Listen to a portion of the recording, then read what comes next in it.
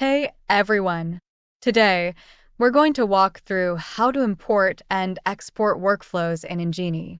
With just a few clicks, you can transfer workflows from one account to another, making it easy to share or move your workflows. First, on your Engini's account homepage, navigate to Workflows on the left sidebar. Let's start with exporting a workflow. This feature allows you to take an existing workflow and export it to another account.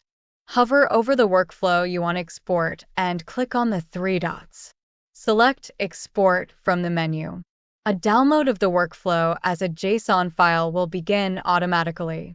This file can now be imported into another account. Next, let's look at how to import a workflow from another account. Click on the Add Workflow button located at the top bar. Select Import Workflow from the options. Choose the relevant JSON file from your File Explorer. Finally, click the Save icon to save your progress.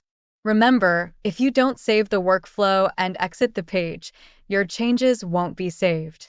When importing a workflow, be aware of potential errors.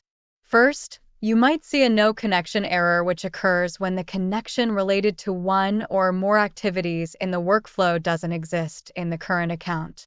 You'll need to add the relevant connection before the workflow can function properly. Another possible error is a connection issue, which indicates that while there is a connector for the software, there's no API access to the specific entity, form, or object that the activity is trying to access. You'll need to ensure that API access is configured correctly. To set up a connection, we advise you to watch Engini's tutorial about how to create a connection. And that's it.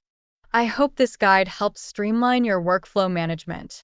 If you have any questions, feel free to reach out, and thanks for watching.